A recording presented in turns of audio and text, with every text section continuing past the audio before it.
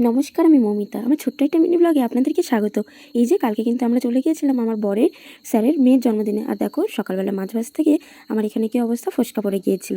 যাই হোক, আমি কিন্তু এখন রেডি হয়ে গিয়েছিলাম। আর এখন কিন্তু আমি আর আমার বর বেরিয়ে যাব জন্মদিনে যাওয়ার উদ্দেশ্যে। তো আমাকে কেমন লাগছে সেটা কিন্তু একটু জানিও। যাই হোক, এখন কিন্তু বেরিয়ে গিয়েছিলাম। আর রাস্তায় দেখো কীরকম পরিমাণে অন্ধকার ছিল। যাই হোক, এই অন্ধকারের মধ্যে দিয়ে আমরা কিন্তু এখন চলে এসেছিলাম ধীরে ধীরে জন্মদিন বাড়ি। আর আমরা কিন্তু ওর জন্য একটা রূপোর লকেটও নিয়ে এসেছিলাম। ওই যে গোলাপি কালার যে জামা পরে মেয়েটাকে দেখছো, বাচ্চা মেয়েটা, ওরই কিন্তু ছিল জন্মদিন। যাই হোক, আসার পর ওকে গিফট দিয়ে কিছুক্ষণ বসার পর ফুচকা আর কফি খেয়ে নিয়েছিলাম। আর তারপরে দেখো কেক কাটিং শুরু হয়ে গেল। আর দেখো কেক কাটিং শুরু হতেই এসে দেখি আমার বরের যে স্যার, উনি কিন্তু এখানে এসে সিঁড়ির উপর দাঁড়িয়ে দাঁড়িয়ে ভিডিও করছিল। তো ওনাকে দেখে আমি একটু সিঁড়ির উপর উঠে ভিডিও করে নিলাম। তার কারণ ওনার এই বুদ্ধিটা আমার বেশ ভালো লেগেছিল।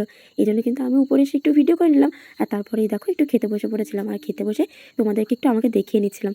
যাই হোক, খাওয়া দাওয়ার শুরুতেই দেখো প্রথম পাতেই চলে এসেছিলো ভেজ ডাল, চিপস আর তার সাথে লেবু। তারপর চলে এলো দই কাতলা। আর তারপরেই আজকে চলে এসেছিলো ফ্রাইড রাইস আর চিকেন কষার স্যালাড। এটা দিয়ে খাওয়া শেষ হতে না হতেই চলে এসেছিলো চাটনি আর পাঁপড়। যেহেতু আমি পাঁপড় খাই না, এই জন্য নিইনি। আর তারপর চলে এসেছিলো লট চমচম, যেটাও আমি খাইনি। তারপরে এসেছিলো আইসক্রিম আর তার সাথে হজমোলা। যাই হোক, এটা নিয়ে আজকে খাওয়া দাওয়া শেষ করে এখন কিন্তু বাড়ি যাওয়ার উদ্দেশ্যে বেরিয়ে পড়েছিলাম আমি আর আমার বর। যাই হোক, এখন দেখো দেখতে দেখতে এখান থেকে বেরিয়ে পড়লাম। আর এখন কিন্তু আমরা বাড়িতেও চলে এসেছিলাম দেখো। আর দেখো বাড়িতে আসার পরে এখন কিন্তু আমি একটু ফ্রেশও হয়ে নেবো। আর আজকের ভিডিওটা বাস এইটুকুনি। দেখা হচ্ছে পরবর্তী ভিডিওতে। ততক্ষণের জন্য সকলে ভালো থাকবে। বাই।